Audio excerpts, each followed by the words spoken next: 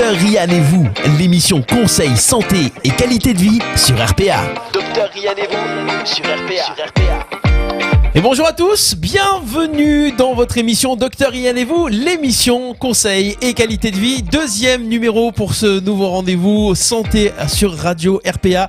Ravi de vous retrouver, merci d'être avec nous sur le Facebook Live puisque cette émission est également en vidéo et nous sommes là avec une belle équipe sur le plateau, bien sûr, puisque je suis en compagnie de mon compère Ahmed qui est là. Bonjour Ahmed. Bonjour Stéphane. Ça va bien ? Ça va et toi ? Ouais, en mode sérieux aujourd'hui. Ouais, très sérieux. Très sérieux. Ça change de l'émission du mardi. Hein. C'est clair. Et elle est là, Docteur Ryan. Bonjour docteur. Bonjour Stéphane. Comment ça va ? Très bien. Depuis 3 semaines, 2-3 semaines là ? Oui, à peu près. Ah oui, ça y est, deuxième numéro, le rendez-vous est pris et ça y est, on est dans la lancée de cette émission, donc conseil et qualité de vie avec des questions auditeurs et des intervenants. Aujourd'hui, je vous laisse présenter docteur l'intervenant qui est avec nous sur le plateau. On a la chance aujourd'hui d'accueillir Madame Toumi Amina, qui est coach consultante et en développement personnel. Et d'ailleurs, je vais la laisser se présenter elle-même. Hein. Merci, bonjour. Oui, coach consultante en développement personnel et professionnel et préparatrice mentale. Parfait, D'accord. Elle nous fait l'honneur d'être parmi nous. D'accord. Et Yamina interviendra donc à la fin de l'émission pour présenter un petit peu son activité et comment elle peut aider nos auditeurs. C'est parfait, voilà, tout ça.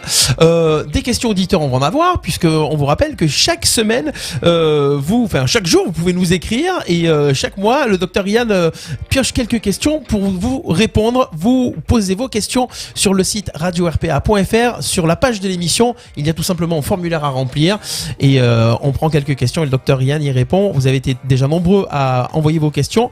Alors, une petite astuce, vous posez vos questions et si votre question n'est pas sélectionnée pour cette émission, elle sera peut-être sélectionnée pour les émissions d'après. Vous vous inscrivez une seule fois et quand vous êtes sélectionné, on vous contacte pour vous dire attention, c'est dans cette émission que vous allez avoir votre réponse. Comme ça, vous êtes sûr de bien entendre la réponse à votre question. Alors déjà, on remercie tous les auditeurs qui ont posé leurs questions et on rappelle aussi qu'on peut poser une question en étant anonyme. Ça a été le cas d'ailleurs cette semaine. C'est important. D'accord, très bien. Donc on n'est pas obligé de donner votre vrai prénom, votre vraie ville, votre âge, votre vraie question, votre âge, voilà. Donc merci d'être avec nous sur le live. Pour ceux qui sont là également, qui nous suivent en vidéo, vous pouvez partager et commenter les vidéos sur Facebook Live, YouTube et sur la chaîne Twitch de Radio RPA. On va commencer sans plus tarder cette émission avec un retour sur un des sujets de l'émission précédente. Un flashback, exactement. La dernière émission, en fait, on avait donc une question qui concernait le handicap et le monde du travail et Dr Ryan nous avait fait part de Cap Emploi et donc que j'ai découvert et que Steph, je pense que tu as découvert également lors de l'émission. C'est vrai. Et en fait, donc on avait quelques questions concernant Cap Emploi et j'avais dit que on essaierait de les contacter pour avoir plus d'informations et connaître un petit peu leur mission, ce qu'ils faisaient. Et ben c'est chose faite puisque j'ai échangé avec eux cette semaine et on va voir Géraldine qui travaille au Cap Emploi et qui va nous présenter justement la structure. On va la voir au téléphone là. Voilà, et nous l'avons normalement au téléphone, Géraldine avec nous. Allô. Oui. Bonjour. Bonjour Géraldine. Vous m'entendez ? Bonjour Géraldine. Bonjour Géraldine. Bonjour. Alors déjà, est-ce que vous pouvez vous présenter, enfin voilà, Géraldine, mais vous faites quoi vous exactement au Cap Emploi ? Alors moi je suis Géraldine François. Je suis responsable du développement et de la communication au sein du Cap Emploi 13. Voilà. Alors justement, Donc, nous on a déjà échangé en fait au téléphone et donc je vous ai expliqué un petit peu ce qui s'était dit et vous avez dû voir le replay de l'émission, de la dernière émission. Voilà, donc nous on avait pas mal de questions concernant le Cap Emploi. Moi je disais que je suis chef d'entreprise et c'est vrai que j'avais aucune information et je ne savais même pas que Cap Emploi existait. On en avait parlé la dernière fois. Donc là on voudra en savoir un peu plus, savoir déjà qu'est-ce que le Cap Emploi et quelles sont vos missions. Ok. Alors, un Cap Emploi, c'est un organisme de placement spécialisé dans l'accompagnement vers et dans l'emploi pour les personnes en situation de handicap. Donc, en fait, on appartient à un réseau national de 98 organismes de placement spécialisés, justement dans la relation handicap et travail. Et donc, il y a un Cap Emploi sur tous les départements. Voilà. Donc, on est financé, déjà par l'AGFIP. Alors l'AGFIP, c'est l'agence qui gère le fonds pour l'insertion des personnes handicapées du secteur privé. On est financé par Pôle emploi. On est financé par le FIP, qui est le petit frère ou la petite sœur de l'AGFIP et qui, elle, est le fonds pour l'insertion des personnes handicapées dans la fonction publique. Et à ce jour, on est piloté par la Directe, Voilà. Donc on est un acteur du service public. Le docteur Ryan on a beaucoup parlé la dernière fois en disant qu'on était le pendant du Pôle emploi. C'est ça. Et on est également un opérateur du conseil en évolution professionnelle, c'est-à-dire que on apporte ce qu'on appelle dans notre jargon le CEP. Donc en fait, nous, on a 2 missions principales, qui est l'accompagnement vers l'emploi des demandeurs d'emploi qui sont en situation de handicap et l'accompagnement des employeurs dans leur problématique de leur recrutement, dans leur recrutement de personnes qui auront le statut de travailleur handicapé. Et on a aussi une mission qui est l'accompagnement dans l'emploi des salariés, des agents de la fonction publique, des travailleurs indépendants qui, en raison de leur problématique santé ou de leur handicap, risquent l'inaptitude, dans le jargon, dans notre jargon, c'est-à-dire risquent de perdre leur emploi. Et on peut les accompagner dans un projet de maintien dans l'emploi dans leur entreprise ou également dans un projet d'évolution professionnelle ou de transition professionnelle. Donc on est vraiment sur une logique de sécuriser les parcours professionnels à la fois pour faciliter l'accès à l'emploi, prévenir les ruptures, garantir le maintien dans l'emploi et accompagner donc les personnes handicapées qui peuvent être un peu plus fragiles par rapport à un contexte économique et par rapport à leurs problématiques santé. D'accord. Moi, j'ai 2 questions en fait. La première, c'est comment ça se passe, la personne qui veut vous rencontrer? Est-ce qu'on va à Pôle emploi, on va dire traditionnel, excusez-moi du mot que j'utilise, j'en suis pas fier, mais voilà. Juste, est-ce qu'on va d'abord au Pôle emploi et après on est redirigé vers vous, ou est-ce qu'à ce moment-là, en fait, vous avez une antenne, on peut vous recevoir? Enfin voilà, comment les gens en fait peuvent prendre contact avec vous pour un rendez-vous et pour savoir s'ils dépendent de vous ou pas? Alors, il est clair que avant d'être un demandeur d'emploi travailleur handicapé, c'est un demandeur d'emploi. Donc, il peut aller à Pôle emploi et il sera orienté vers le Cap emploi si le Cap emploi est l'outil pour l'accompagner, en fait.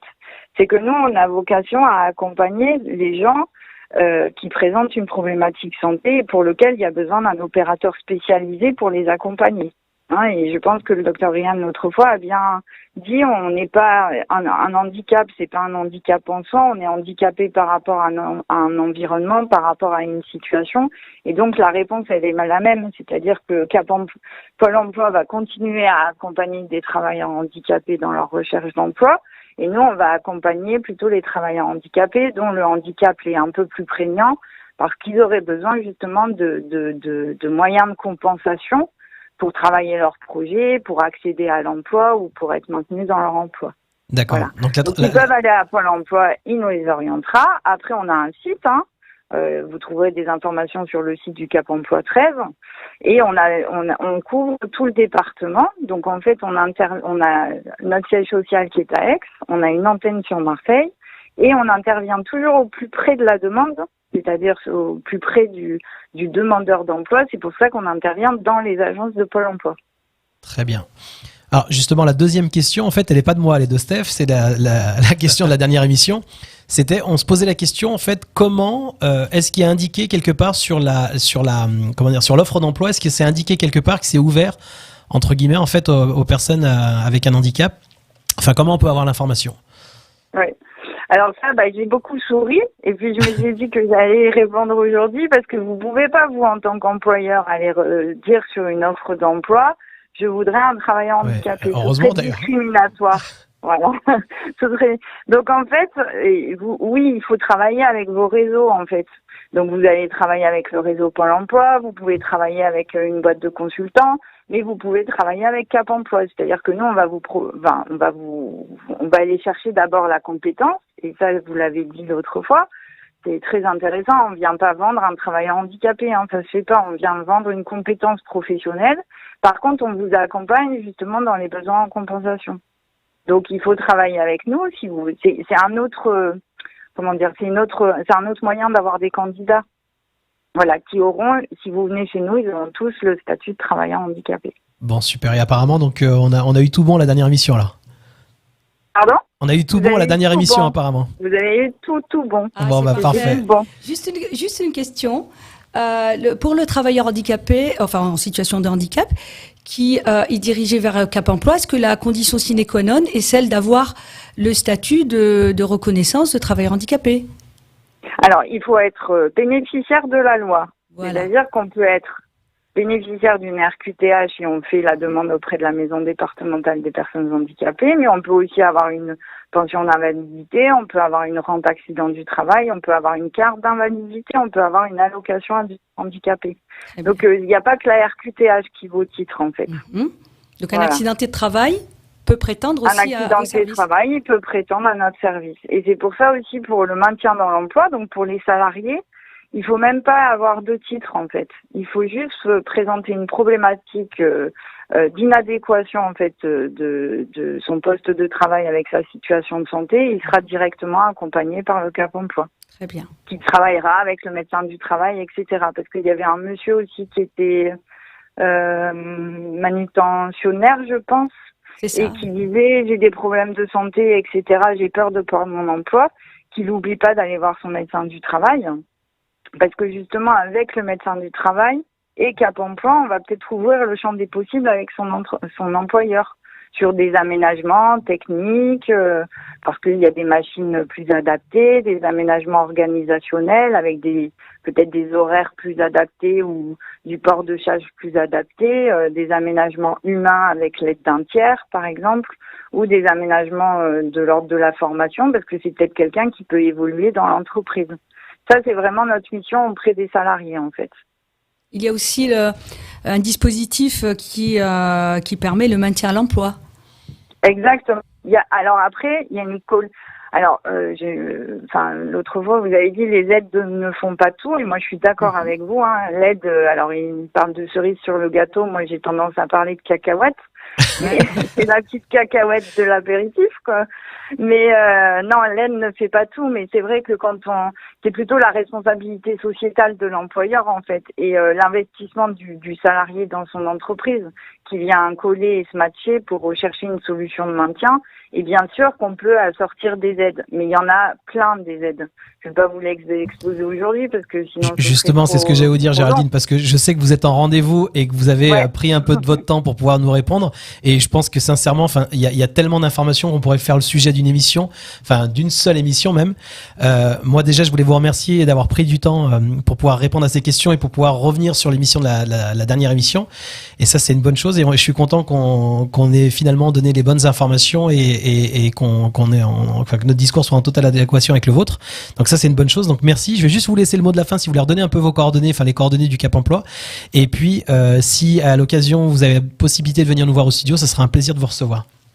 Bien sûr. Alors sur les coordonnées du Cap Emploi, vous pouvez contacter le Cap Emploi 13 au 04 42 95 70 30 ou au 04 91 16 54 00. Et je vous invite à aller voir notre site. Alors là, je suis un petit peu désolée parce que je ne connais pas le site par cœur. Mais si vous tapez Cap Emploi 13, vous travaillez. On va le donner, Géraldine. On va regarder et on va donner tout ça. Alors, capemploi-13.com. Voilà. Voilà, c'est ça. Il est trop fort. Merci beaucoup. Merci à vous. Bon rendez-vous et merci de votre gentillesse et merci pour toutes ces informations, Géraldine. À très bientôt. Merci, Géraldine. Au revoir. Bonne émission. Au revoir. Merci. Voilà pour cette première intervenante. Merci Géraldine en tout cas. Et on donne des infos, on essaye d'approfondir d'émission en émission. Voilà, si après vous regardez les émissions enchaînées les unes aux autres, vous allez pouvoir retrouver le lien entre tout ça. Merci. On va repartir dans quelques instants. On va avoir les premières questions d'auditeurs. Exactement. Et quel sera le premier auditeur qu'on aura?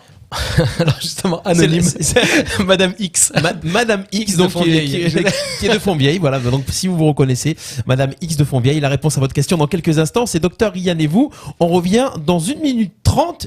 Petite pause et à tout de suite sur RPA.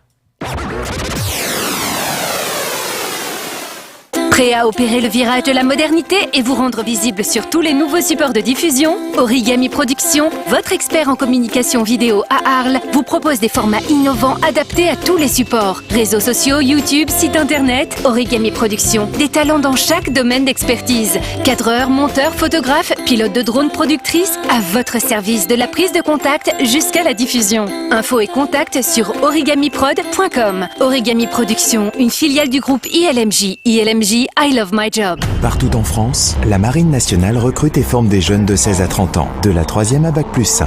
Découvrez tous nos métiers et offres d'emploi sur le site êtremarin.fr. Intersport, le sport, la plus belle des rencontres. C'est les soldes sur les grandes marques sport chez Intersport. Jusqu'au 16 février, le sweat à capuche champion Hoodie de femme est à 14,99€ au lieu de 49,99€, soit 70% de réduction. Intersport. Voir conditions et magasins participants sur intersport.fr. Click and collect, drive et livraison à domicile aussi disponible. Intersport Arles, zone commerciale Cap-Fourchon. RPA, la radio du pays d'Arles. Docteur Ryan et vous, l'émission Conseil, Santé et Qualité de Vie sur RPA. Nous sommes en direct sur Radio RPA, également sur Facebook Live et YouTube pour votre émission Docteur Ryan et vous jusqu'à 13h30 avec le Docteur Ryan, Ahmed et Yamina qui est avec nous aussi aujourd'hui. Et la première question, c'est Madame X. Attends, je vais rallumer les micros, ça marchera mieux. Madame X, donc. Exactement, Madame X de Fontvieille. Alors, Docteur Ryan, la question. Il y a 3 mois, j'ai été heurté par une voiture en traversant la rue. La voiture m'a roulé sur le pied droit avant de me renverser. Les pompiers m'ont transporté à l'hôpital. J'avais très mal au pied et à la jambe droite. À l'extérieur de la cheville, il y avait un gros bleu. J'ai passé une journée aux urgences au terme de laquelle je suis ressorti avec des antidouleurs et une radio qui ne montrait rien d'après le médecin. Je devais porter une attelle à acheter en pharmacie. Après mon arrêt de travail de 3 jours, j'ai dû reprendre ma fonction et avec beaucoup de difficultés à me déplacer car les douleurs à la pluie n'ont jamais cessé, malgré mon attelle et les antidouleurs. Pire encore, à chaque fin de journée, mon pied enfle au point que je ne supporte plus ma chaussure. La marche est non seulement douloureuse, mais de temps en temps, mon pied se tourne sans que je n'en m'en rende compte. Le médecin traitant vient de me prescrire une échographie qui montre que des ligaments ont été arrachés. Ayant vu un orthopédiste, il m'annonce que cela n'est pas opérable. Que dois-je faire, docteur ? Y a-t-il une solution chirurgicale ou médicale à ce problème ? D'autant que mon travail, je me déplace beaucoup en voiture et je piétine aussi énormément. Voilà, docteur. Oui, alors là, ça évoque une entorse grave qui a été occasionnée par cet accident. Et ce qui est regrettable, c'est qu'on n'ait fait qu'une radio, malheureusement, parce qu'on aurait fait une échographie, on aurait vu que les éléments mous ont été lésés, alors que la radio elle ne montre que les éléments osseux. Donc on est passé malheureusement à côté de quelque chose on va dire de plus sérieux que ce qu'on pensait. Et donc Madame X est repartie chez elle avec une entorse grave, c'est-à-dire soit une rupture de ligament, soit non seulement une rupture, mais aussi un arrachement peut-être osseux. Et ça a consolidé comme ça au bout de 3 mois. L'idéal aurait été que sa cheville soit immobilisée totalement pendant 6 semaines, parce qu'il faut savoir que un ligament, il se consolide en 6 semaines. Avant, c'est trop tôt, et 6 semaines, c'est vraiment l'idéal. Mais pour consolider, il faut qu'il soit immobilisé, ce qui n'a pas été fait. Donc, ces ligaments lésés, puisque de toute façon, l'échographie récente l'a confirmé, donc on n'invente rien, c'est la réalité. Se sont reconstruits un petit peu seuls, sans immobilisation, et donc mal reconstruits, raison des douleurs. Donc, on est aujourd'hui face à des séquelles d'une entorse grave. Et d'ailleurs, elle précise bien que sur le côté de sa cheville, elle avait vu un bleu. Or, cliniquement, quand il y a un bleu, c'est d'emblée une entorse grave. D'accord. Donc, on a 3 types d'entorses, petite, moyenne et grave. Pour Madame X, c'était certainement une moyenne ou grave, mais en tout cas plutôt grave, d'après ce que je comprends. Maintenant, le problème de cet œdème, oui, forcément, puisque ses ligaments sont mal reconstruits, sa cheville est instable, forcément, puisque les ligaments servent entre autres à stabiliser la cheville. Donc du fait que cette cheville soit instable, elle se tourne et elle crée des micro-traumatismes. Ça n'est pas chirurgical, c'est sa question. Est-ce qu'on peut opérer ? L'orthopédiste s'est prononcé, ça n'est pas opérable puisque ça s'est reconsolidé comme ça. Maintenant, ce qui reste à faire, c'est une bonne rééducation, de cette cheville, avec le renforcement des muscles qui vont maintenir cette cheville en situation stable, mais une rééducation qui doit être relativement longue, c'est-à-dire on renforce les muscles, on renforce toute la musculature qui tient la cheville, mais aussi on essaie de créer ce qui a disparu, ce qui disparaît dans une entorse grave. C'est un peu les récepteurs de la sensibilité profonde, c'est-à-dire on a tous autour de notre cheville et dans notre pied des récepteurs qui nous informe de la position de la cheville. Et quand il y a une entorse grave, et ben ces récepteurs s'émoussent. Ils sont plus là et on a du mal à tenir sa cheville en position stable. Non. Et ça nécessite une rééducation beaucoup plus longue que le simple renforcement et les simples massages. D'accord, mais donc une rééducation longue, c'est ce qu'on peut lui préconiser aujourd'hui Alors, une bonne rééducation, de bonnes chaussures qui maintiennent bien la cheville en bonne position, et non pas les petites ballerines, ou ça, c'est pas bon. Ouais. Et parfois, pour pouvoir stabiliser cette cheville, mettre des petites orthèses qu'on peut acheter en pharmacie, de type chevillère.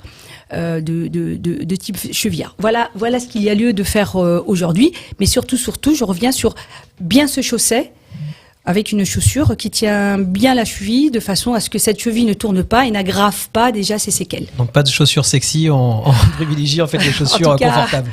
En tout cas, exceptionnellement, oui. Alors, docteur, l'auditrice n'a pas posé la question, mais je vais vous le dire, puisqu'on est l'émission, on est sur le médical, mais aussi sur la partie administrative et juste une chose sur la question de l'auditrice, elle a eu cet accident il y a 3 mois. Oui. On n'a pas détecté tout de suite qu'il y avait quelque chose, sauf que ça a apparu il y a 3 mois. Comment ça se passe en termes administratifs? Est-ce qu'à un moment, on peut reconnaître sa blessure de l'accident il y a 3 mois ou c'est trop tard quand ça a été détecté en fait 3 mois après l'accident? Je pense qu'il est toujours possible de le reconnaître. D'accord. Si on a des images et un compte-rendu de l'accident initial. Si dans le compte-rendu, il est mentionné que la cheville a enflé d'emblée, qu'il y a eu un bleu autour de la malléole externe et que la douleur était là et qu'il n'y a eu qu'une radio, donc il y a une insuffisance d'éléments diagnostiques, en fait, puisqu'il n'y a pas eu d'échographie, pas d'IRM, pour préciser si les ligaments ou les éléments mous ont été atteints. Si, on peut toujours... alors maintenant, si c'était sur son trajet professionnel, c'est considéré comme un accident de travail, mais ça n'a pas été déclaré, donc ça, c'est un peu plus compliqué. Mais au-delà de cet aspect administratif d'accident professionnel, elle peut faire valoir ses droits vis-à-vis de l'assurance adverse, en mentionnant le fait que c'est cet accident qui est à l'origine de ces maux aujourd'hui. Ça, donc il y a toujours possibilité, même après un délai, de pouvoir revenir sur le diagnostic qui avait été donné. Donc, voilà, la réponse, Madame X, c'est donc de la rééducation longue, des chaussures confortables et au cas où si le diagnostic avait été en tout cas pas fait lors de l'accident, on peut revenir et revoir tout ça, c'est pas un problème. J'espère qu'on a répondu à votre question, Madame X. On va passer en fait à Delphine de Beaucaire qui nous dit « Ma fille de 10 ans et demi se plaint trop souvent de son dos. Et ce depuis 2 ans. Il y a 8 mois, notre médecin traitant a prescrit une radio qui montre une petite scoliose. Il a prescrit en fait de la kinésithérapie. 10 séances ont été faites, mais ma fille se plaint toujours. J'ai remarqué que lorsqu'elle se déshabille, que son omoplate droite est décalée par rapport à l'autre. Que dois-je faire ? On m'a dit que le cartable était trop lourd, le cartable trop lourd était la cause de sa douleur. Est-ce que les douleurs vont passer ? Peut-elle faire du sport ? Enfin voilà, là, toutes ces questions-là. Question très intéressante. Alors, scoliose, ça a été diagnostiqué. Scoliose, c'est le rachis qui évolue pas dans l'axe, puisque quand on regarde un rachis de face, on est face à un empilement de vertèbres, 34 vertèbres empilées les unes sur les autres, et on a une ligne droite. Quand on regarde de profil, on a la courbure du bas du dos, ce qu'on appelle les lombaires, la courbure du haut du dos, ce qu'on appelle les dorsales, et la courbure du cou, du rachis cervical, qui est dans l'autre sens. Et quand ces courbures sont exagérées, on peut parler de scoliose à condition que les vertèbres qui sont empilées tournent sur elles-mêmes, sur un segment ou plusieurs segments ou 2 segments. C'est le cas apparemment de la fille de madame. Maintenant, ce qui est important à savoir, c'est qu'à partir du moment qu'on a diagnostiqué une scoliose, c'est-à-dire une déviation sur le plan frontal et sur le plan frontal du rachis, on doit absolument surveiller cet enfant. Parce qu'il faut savoir que dans la normalité, il n'y a pas de scoliose. Et quand il y a une scoliose, ça veut dire qu'il y a une malformation qui commence à se faire. Et ce qu'on sait, c'est qu'à partir du moment où on a diagnostiqué une scoliose, on doit se dire que cette scoliose va évoluer, mais on ne sait pas comment elle va évoluer. Elle va certainement évoluer, mais elle peut évoluer d'une manière très lente, avec un gain de d'1 degré, 2 degrés sur 3-4 ans, mais elle peut aussi évoluer très rapidement et avec beaucoup de degrés. Donc, dans le doute, il faut la stopper, cette scoliose. La scoliose n'est jamais traitée par de la kiné. Par contre, elle peut être accompagnée, le rachis peut être assoupli et on peut peut-être éviter qu'elle ne s'aggrave trop, mais dans tous les cas, il faudrait la surveiller comme du lait sur le feu. Exactement. Donc, tous les ans, on fait une radio et on vérifie. Si elle gagne 1 degré, ça veut dire qu'elle est évolutive. Maintenant, pour répondre à ce qu'a précisé madame, par rapport à l'omoplate qui semble être décalée par rapport à l'autre, ça semble être, je dis bien ça semble être, une gibbosité, ce qu'on appelle une gibbosité. Une gibbosité, c'est d'une manière simple appelé la bosse. Ouais. La bosse au niveau du dos. Pourquoi ? Parce que les vertèbres du dos, sur les vertèbres du dos, sont fixées les côtes. Or, les côtes constituent la cage thoracique. Si ces vertèbres du dos tournent dans le cadre d'une scoliose, elles font tourner avec la cage thoracique. Et donc, vous imaginez une cage, enfin une boîte, qui tourne sur elle-même, et bien, il y a une bosse qui apparaît. Donc, pour nous, les médecins, quand on regarde quand on trouve cette bosse, on se dit, il y a peut-être une scoliose. Et on fait la radio. Donc, votre fille a certainement une scoliose dorsale, probablement. Elle peut être dorsale, elle peut être lombaire, elle peut être dorso-lombaire, mais a priori, elle doit être dorsale. Donc, qu'est-ce qu'il faut faire ? Il faut consulter de nouveau, au bout d'1 an, faire une radio pour vérifier si cette scoliose n'a pas évolué, d'autant qu'à l'âge de 10 ans, on commence, pour certains enfants, 10, 11 ans, 12 ans, on commence une croissance rapide qui dure 18 mois. Et pendant 18 mois, tout se transforme, tout s'exagère. Donc, s'il y a une scoliose, la scoliose va évoluer avec l'enfant. Et 18 mois, c'est court. Donc, pour la fille de madame, c'est très important de refaire une radio, de vérifier si cette scoliose n'a pas évolué par rapport à celle de l'année dernière et de continuer à la surveiller régulièrement, tous les 6 mois, voire tous les ans. Et si cette scoliose a évolué, eh bien, il faudra la stopper. Généralement, on la stoppe avec un corset réalisé par un orthoprothésiste sur l'ordonnance d'un médecin spécialiste, rhumatologue, rééducateur ou orthopédiste. D'accord. Voilà. Et qui détermine en fait si elle peut faire du sport ou pas ? Alors, je vais y répondre. Merci. Ah oui, je vais essayer. Je vais essayer. Alors, il y a une théorie qui dit qu'il faut éviter le sport voilà. Mais normalement, il faut éviter les sports asymétriques, type tennis, je m'y connais pas trop en sport, mais enfin dans ce sport particulièrement, mais la rameur peut-être. Rameur, je pense, ou aviron. Des sports. Alors, éviter les sports qui vont solliciter un peu trop en fait l'omoplate. L'intensité du sport plutôt, de la pratique du sport plutôt. Alors, si on fait du tennis 1 fois par semaine, 1 heure par semaine, ça devrait aller. Maintenant, si on en fait d'une manière intensive en compétition, ouais. il vaut mieux éviter à cet âge, d'autant qu'on a trouvé à cet âge avec une scoliose bien sûr.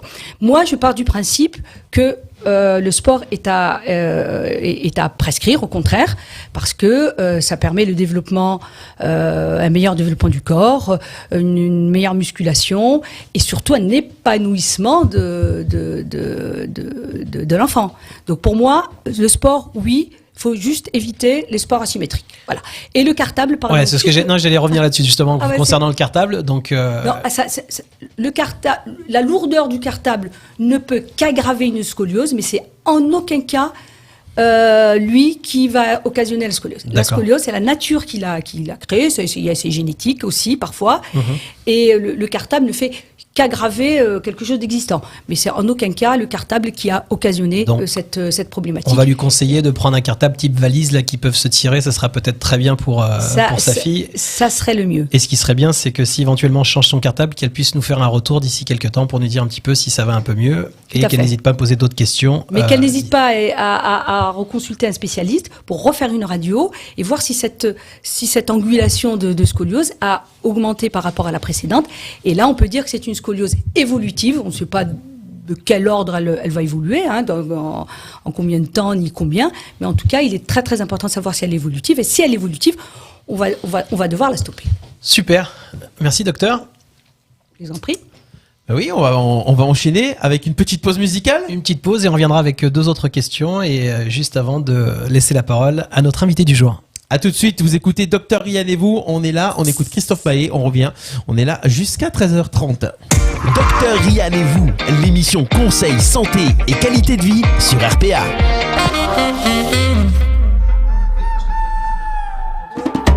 Laisse-moi seul, je suis pas d'humeur. Je suis bouillant comme l'équateur. Posé sur quelques mètres carrés.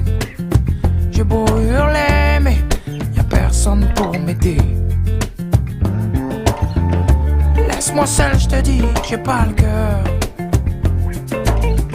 La saison des amours se meurt.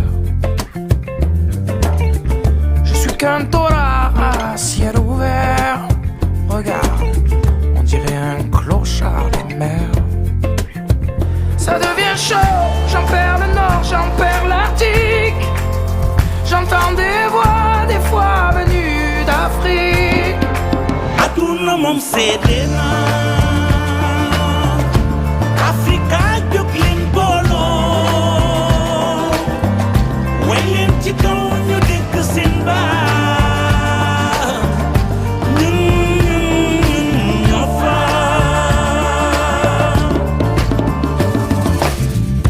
Laisse-moi seul sous ma grande ours. Aujourd'hui, je donne pas cher de ma peau à la bourse. Je me traîne une drôle d'allure. Je fais de la peine à voir dans ma fourrure. C'est plus le grand froid chez moi, il n'y a plus d'hiver. Et elle s'enlève pas, moi, ma pourrière. Un jour, les seuls ours blancs seront les peluches de vos enfants. Je crève de chaud, j'en perds le nord, j'en perds l'Arctique. J'entends des voix, des fois venues d'Afrique. Aduna mom sedena Africa joklin bolo Wayen ci kaw ñu dégg seen baat ñun ñoo fa Aduna mom sedena Africa joklin bolo Wayen ci kaw ñu dégg seen baat ñun ñoo fa Je meurs de chaud dans ma fourrure. Je n'enlève pas moi ma pourrière.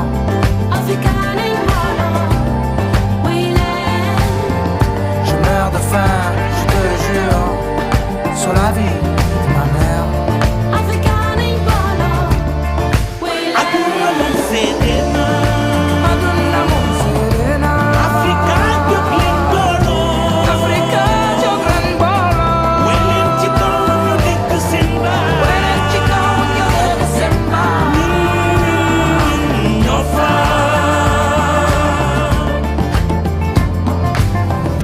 Laisse-moi seul de toute façon. Y'a plus la place sur mon glaçon. Dr Ryan et vous, l'émission Conseil, Santé et Qualité de Vie sur RPA. De retour pour votre émission Dr Ryan et vous, l'émission Conseil Santé Qualité de Vie avec Ahmed et le Dr Ryan présent avec nous pour cette émission. Nous retrouvons également Yamina tout à l'heure à la fin de l'émission pour parler de son activité et de ses compétences. Pas mal, ça va, ça la présentation. C'était magnifique, sincèrement. J'aimerais que tu me présentes comme ça moi aussi. Bah, j'y travaille. Tu travailles ? J'y travaille, Merci. sérieusement.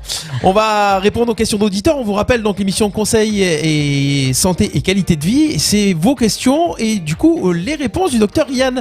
On a déjà eu 2 questions d'auditeurs. Encore Exactement. quelques questions qui arrivent. N'hésitez pas à vous inscrire surtout sur le site radio-rpa.fr pour poser vous aussi vos questions et avoir des réponses.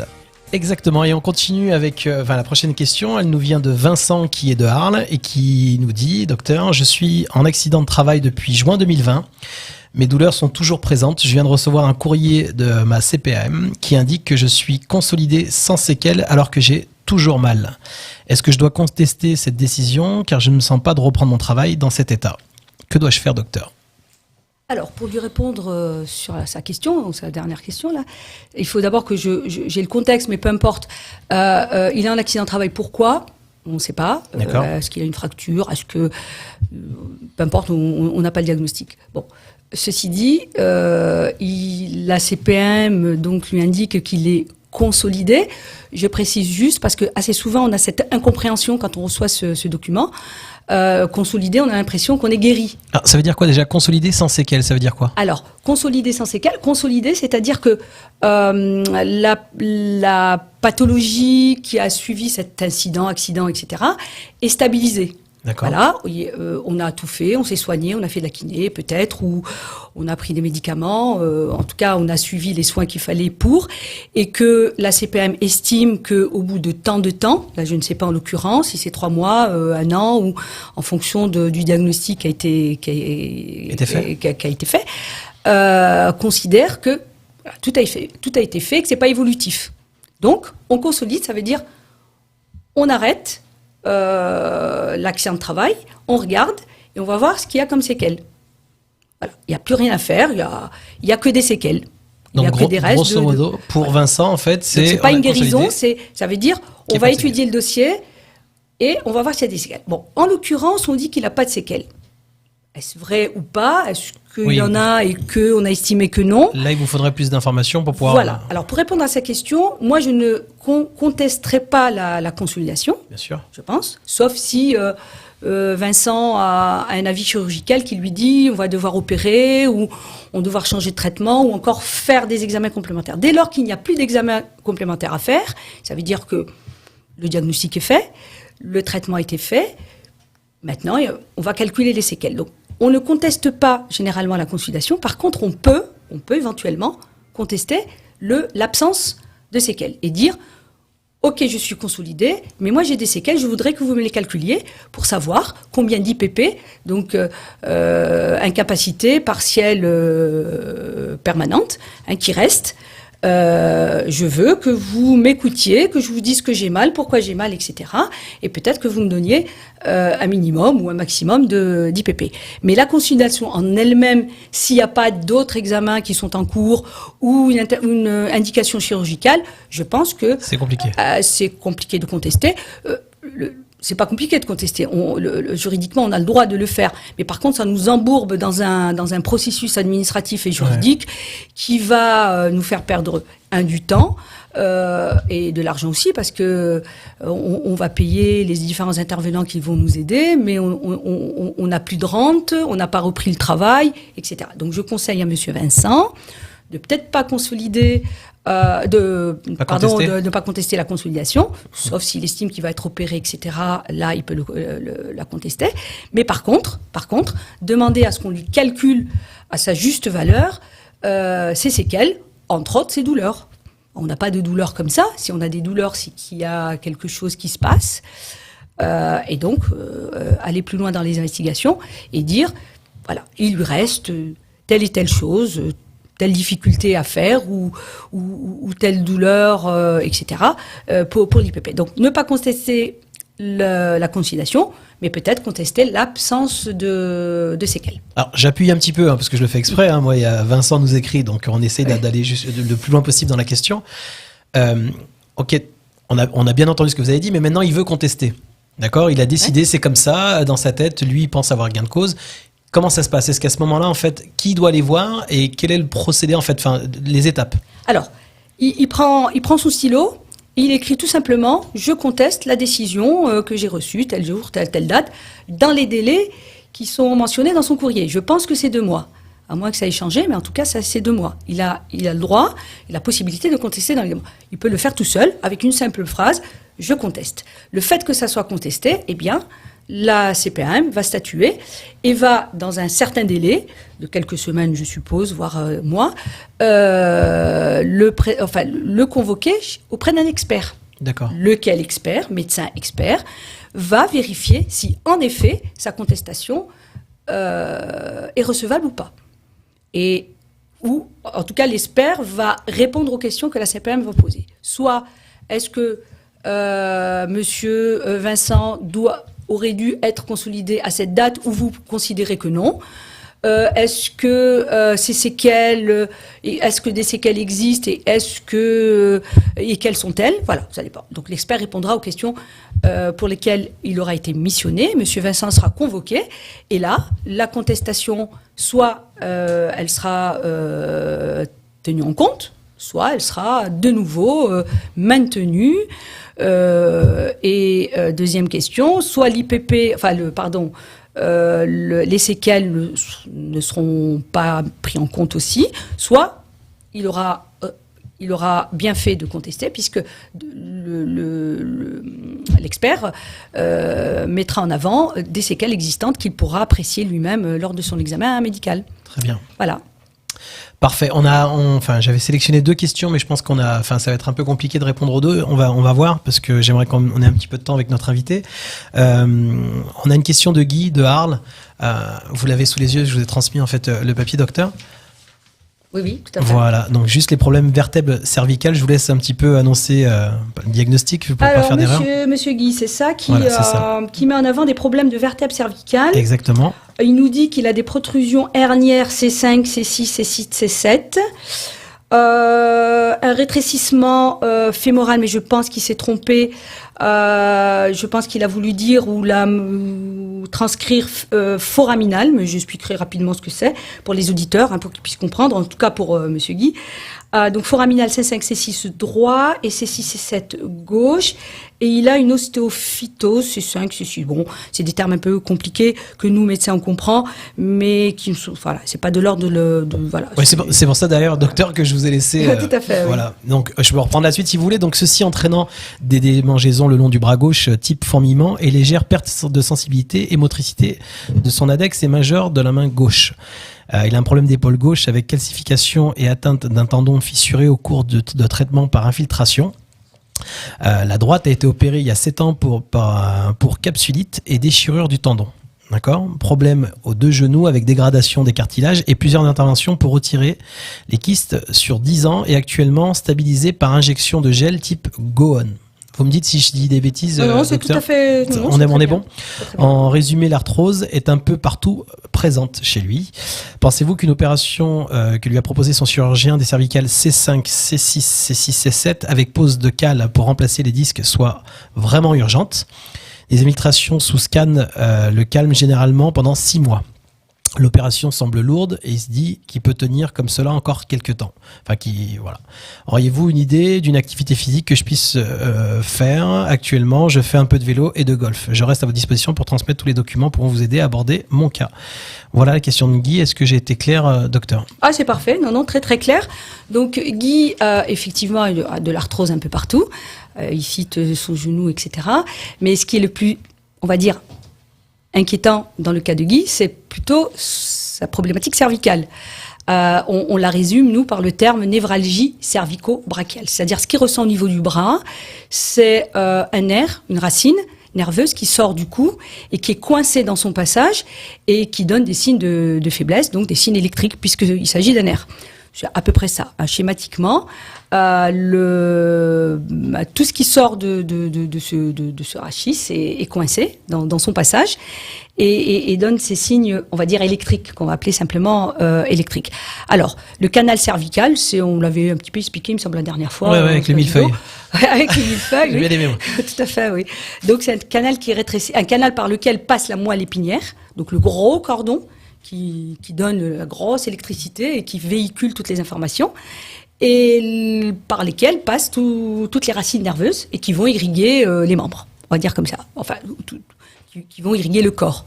En l'occurrence, au niveau du rachis cervical, les racines qui sortent vont irriguer les épaules, les bras et les mains. Et si on ressent quelque chose au niveau des mains, ça veut dire qu'il y a quelque chose qui se passe au niveau de la racine. Donc, on est face à un rétrécissement du canal naturel, que la nature a créé. Il y a un rétrécissement par de l'arthrose qui fait que tout ce qui passe par ce canal est malade et pas bien. Donc, en fonction des mouvements, en fonction des situations, en fonction des circonstances, ça va donner des coups dus. Quelle est la solution? La solution, elle est mécanique, puisque la problématique est mécanique, on est bien d'accord. La solution, ce serait chirurgicale. c'est-à-dire agrandir ce trou. Une chirurgie qui se ferait par un neurochirurgien. L'urgence de l'intervention est à discuter. Il est vrai qu'il vaut mieux opérer tant que c'est possible qu'opérer dans l'extrême urgence. Quelle est l'extrême urgence ? J'ai eu un coup de lapin, je suis tombée, j'ai eu un traumatisme du rachis cervical. Ça peut être fatal. Parce que le trou est suffisamment petit pour que le moindre traumatisme puisse provoquer quelque chose de grave. C'est-à-dire l'écrasement de la moelle épinière ou des racines. Et quand on est face à une paralysie, parce que là, ce que vous avez, je m'adresse à vous, Monsieur Guy, ce que vous avez, c'est pas une paralysie totale, c'est une parésie, c'est-à-dire une paralysie partielle. Il y a des coups de jus. La lumière n'est pas encore éteinte, on va dire. Elle est là, elle scintille. Voilà, J'espère qu'il est rassuré. C'est les métaphores. Ça va encore, mais le risque, c'est que on ne sait jamais. À un moment donné, où on peut avoir un traumatisme ou ou comme j'ai dit, un coup de lapin ou n'importe quoi qui provoque des coups au niveau du rachis cervical, et ça peut être fatal. Donc, je pense qu'il est intéressant de se faire opérer. L'urgence, ça, je ne sais pas, mais en tout cas, ça serait intéressant. Est-ce qu'on peut parler d'urgence quand on lit qu'en général, après les infiltrations, en fait, ça le calme pendant 6 mois.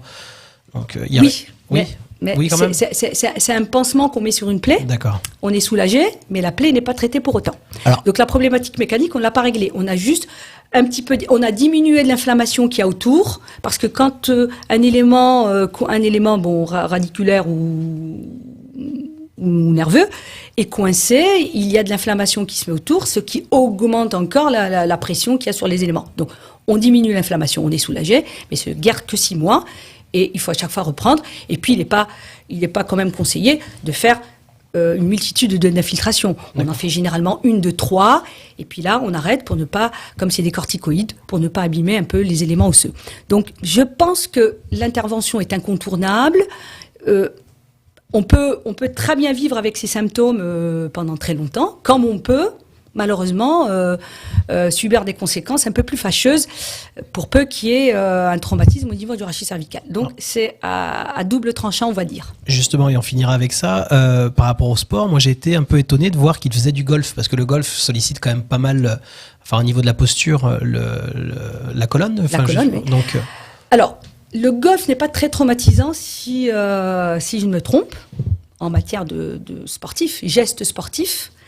En tout cas, la réponse que je vais donner, elle sera globale, mais pas sport par sport. Bien sûr. Ce qui est sûr, c'est éviter les sports traumatisants, les sports qui provoquent des chocs, soit en hauteur, ou les sports trop physiques. Mais par contre, on peut préconiser de la marche rapide, des étirements, des exercices de posture. Vous parlez du yoga Du yoga, c'est très très bien. Je pense que Monsieur Guy a 65 ans. Le yoga, c'est très bien pour ceux qui veulent faire du sport à cet âge-là.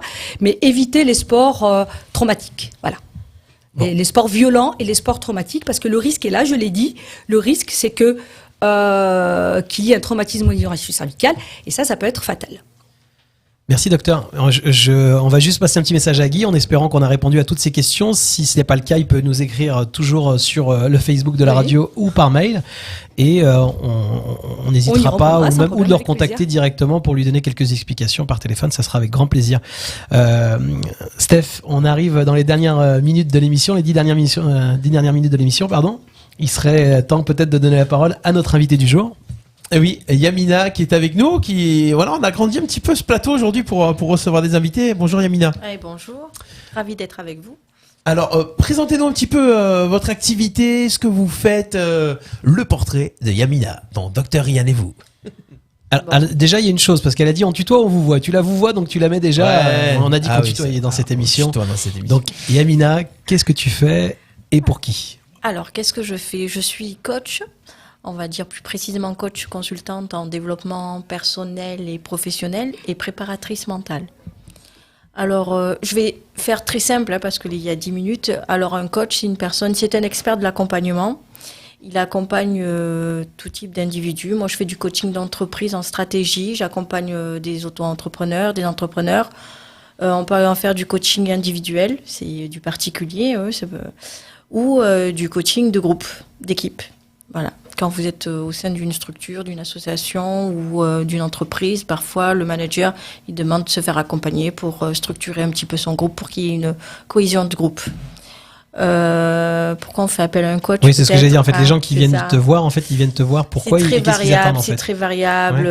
Souvent, il y a de la gestion des émotions, il y a du coaching de carrière. Il y a des gens qui veulent évoluer ou se réinsérer dans une autre profession, en fait, qui se recherchent un petit peu pour structurer leur profil professionnel. On a aussi parfois du coaching par rapport à la préparation. J'ai coaché des musiciens aussi parce qu'il y en a qui vont préparer des concours d'entrée dans des grands orchestres et ils ont besoin d'être coachés pour faire de la gestion de l'intelligence émotionnelle. On a aussi du coaching de santé. Je pense que c'est pour ça que le docteur Habiba m'a appelé. Alors justement, en fait, docteur, vous êtes donc vous êtes à l'initiative de l'invitation de Yamina aujourd'hui, et en fait, pourquoi? Donc c'était pourquoi?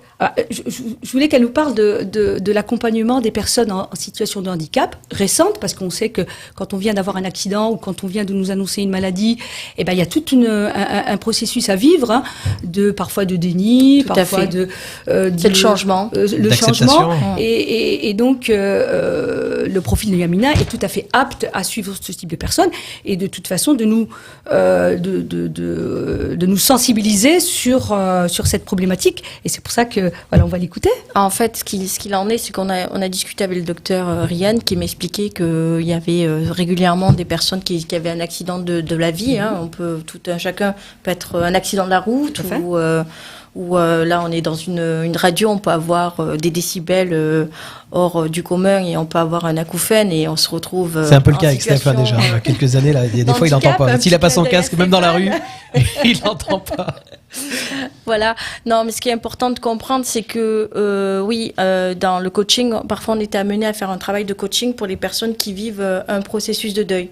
Le processus de deuil, c'est quoi? C'est qu'il y a un individu qui peut être impacté dans sa vie par rapport à un accident et ça crée un choc. Et parfois c'est sidérant pour la personne parce que elle est complètement déstabilisée émotionnellement et il y a le fait que le processus de deuil, on passe par différentes étapes psychologiques, des phases qui est le déni, la colère, la peur, la tristesse, l'acceptation, le pardon de soi, la quête du sens et au final on arrive à être en paix avec soi-même, mais tout le deuil, il est là pour faire en fait un processus de changement. C'est-à-dire avant votre accident, il y avait un avant et il y a un après l'accident et le processus du deuil se trouve dans cet axe-là. Et l'individu, il a besoin de faire un travail sur soi par moment parce que tout dépend les phases que vous passez. Quand vous êtes dans le choc, vous absorbez un petit peu intensément, émotionnellement, pas comme vous le voulez parce que c'est un choc. Le fait que vous arrivez dans un déni, vous dites non, c'est pas possible. Pourquoi moi? Pourquoi ça m'arrive à moi? Pourquoi maintenant? Parce que vous n'êtes pas en adéquation avec ce qui vous arrive. Après, vous êtes dans des phases de colère parce que vous dites c'est injuste.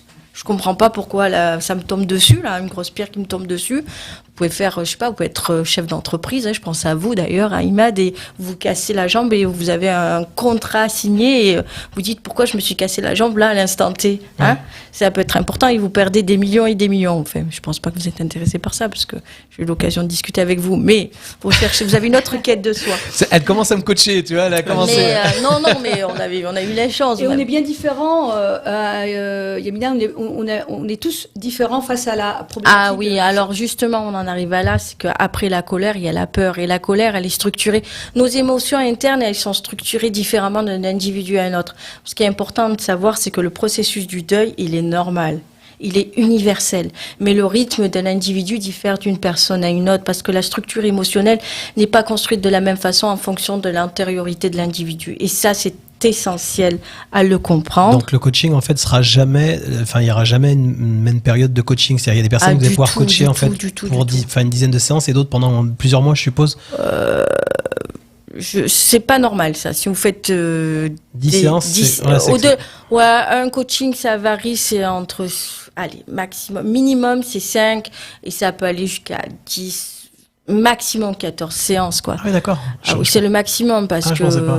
Alors le coaching, à quoi il sert le coaching quand même?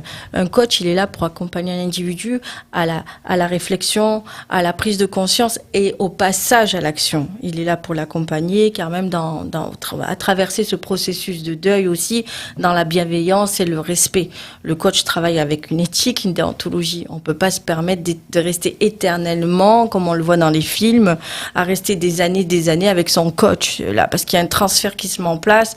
Où est l'éthique, où est la déontologie? C'est vrai qu'on voit ça dans les films quand même. Eh oui, c'est vrai, très souvent. C'est pas, enfin, Non, voilà. ça, c'est- Mais ce qui est intéressant à dire aux auditeurs qui nous écoutent, c'est que le processus du deuil est essentiel au changement. Et que, tout dépend l'intensité du choc qu'on peut avoir. On n'a pas les mêmes interlocuteurs. Vous pouvez aller consulter en fonction du choc qu'il y a. Vous allez consulter un psychiatre, un psychologue, un psychothérapeute, un coach. Ça Quand dépend. vous le consultez, parfois on ne le consulte pas. Alors, ce qui est essentiel, c'est qu'il faut passer par la verbalisation. Il faut parler. Il faut dire autour de soi. Il faut aller voir son médecin traitant. Si on est mal, il faut verbaliser ses angoisses, ses émotions, dire ben voilà, je me trouve dans telle condition, je vis tel état, qu'est-ce que je peux faire?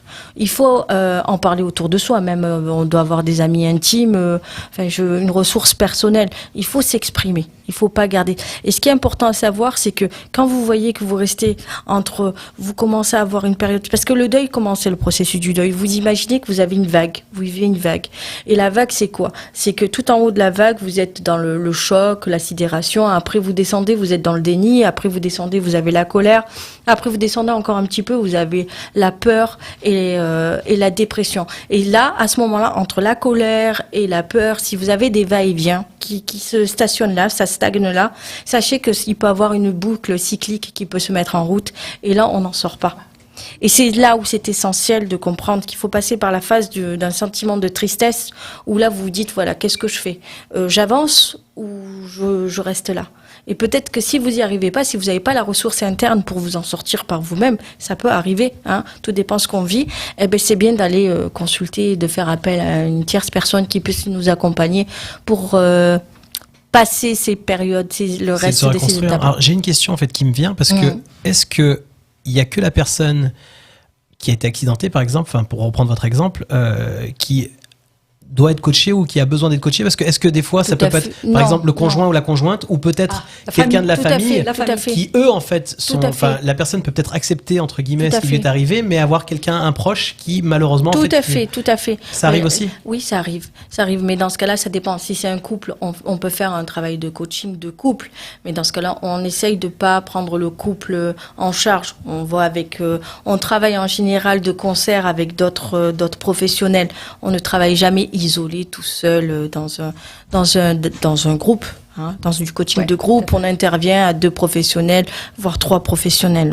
C'est super intéressant, parce que jusqu'à aujourd'hui, je pensais vraiment que le coaching c'est toute la partie en fait. Enfin, je regardais le développement personnel. Exactement, voilà, très à la mode, etc. Tout ce qui est à la mode, exactement. Et je pensais pas qu'on pouvait être accompagné pour ce genre de choses. Et franchement, enfin, je pense que les auditeurs aussi doivent être bien contents d'avoir eu ces informations. Tout à fait. La situation de handicap, selon qu'elle est complexe ou pas, nécessite une pluridisciplinarité, je dis bien, un travail de réseau, hein, dans la prise en charge. Entre autres, un coach, un médecin, un infirmier, tous les soignants. On travaille de concert, on travaille en réseau. On prend, c'est une équipe pluridisciplinaire qui se met en route autour d'un même individu, d'une même situation, et on essaye d'aider au mieux la personne concernée. Parce qu'il faut bien le noter, c'est que la personne concernée qui sait précisément où est sa douleur. On n'est pas là pour faire à sa place. Oui, on est là pour l'accompagner avec des outils bien spécifiques. On a une méthodologie, on a une éthique, une déontologie. Il faut le respecter. Il faut respecter l'individu qu'on accompagne. C'est comme pour Cap Emploi tout à l'heure, je pense qu'on pourrait faire une émission complète avec le sujet et inviter Yamina, et je pense que ce serait une super chose. On peut quand même expliquer, enfin au-delà du site internet d'RPA et des réseaux sociaux pour les questions, si vous avez besoin, si vous êtes dans le besoin, si à un moment vous avez une douleur, si vous n'êtes pas bien, si vous avez besoin d'être écouté, voilà, que ce soit en fait le docteur Yann ou les spécialistes, toutes les personnes qui vont pouvoir venir et intervenir dans l'émission, c'est des personnes qui peuvent être à votre écoute et qui sont aujourd'hui et qui gèrent des patients, qui gèrent des personnes au quotidien. et qui sont capables aujourd'hui de pouvoir répondre à vos besoins. Donc n'hésitez pas, si vous voulez mettre en relation, ne serait-ce avec le docteur Yann ou avec les spécialistes qui travaillent avec elle, n'hésitez pas à nous écrire et on transmettra vos coordonnées pour que vous puissiez être rappelés dans les plus brefs délais et être aidés. On est là pour ça. Je peux préciser que les questions peuvent porter sur le médical pur, mais ça peut être médico-social, comme un petit peu ce qu'on vient de voir, ou médico-juridique parfois, parce qu'on a des problèmes juridiques qui peuvent se greffer sur les problèmes médicaux. Voilà. On peut redonner justement le thème de l'émission pour que les personnes comprennent encore une fois l'intérêt de cette émission et pourquoi on est là. Conseil, santé et qualité de vie. Et la qualité de vie, c'est hyper important. Exactement. Tout à fait. Merci Dr Yann. Merci. Merci Yamina. Merci Ahmed. Merci Steph. C'était encore une belle émission. Il y a eu plein de belles choses. J'ai appris plein de choses aussi et je suis très content d'avoir été avec vous aujourd'hui. Merci. Nous aussi, n'hésitez pas à partager cette émission, à regarder l'émission en replay. Vous la retrouvez bien sûr en rediffusion sur le site radio-rpa.fr. Passez un bon week-end et on se retrouve le mois prochain pour un nouveau Dr Ryan. Et vous, au revoir. Au revoir tout le monde.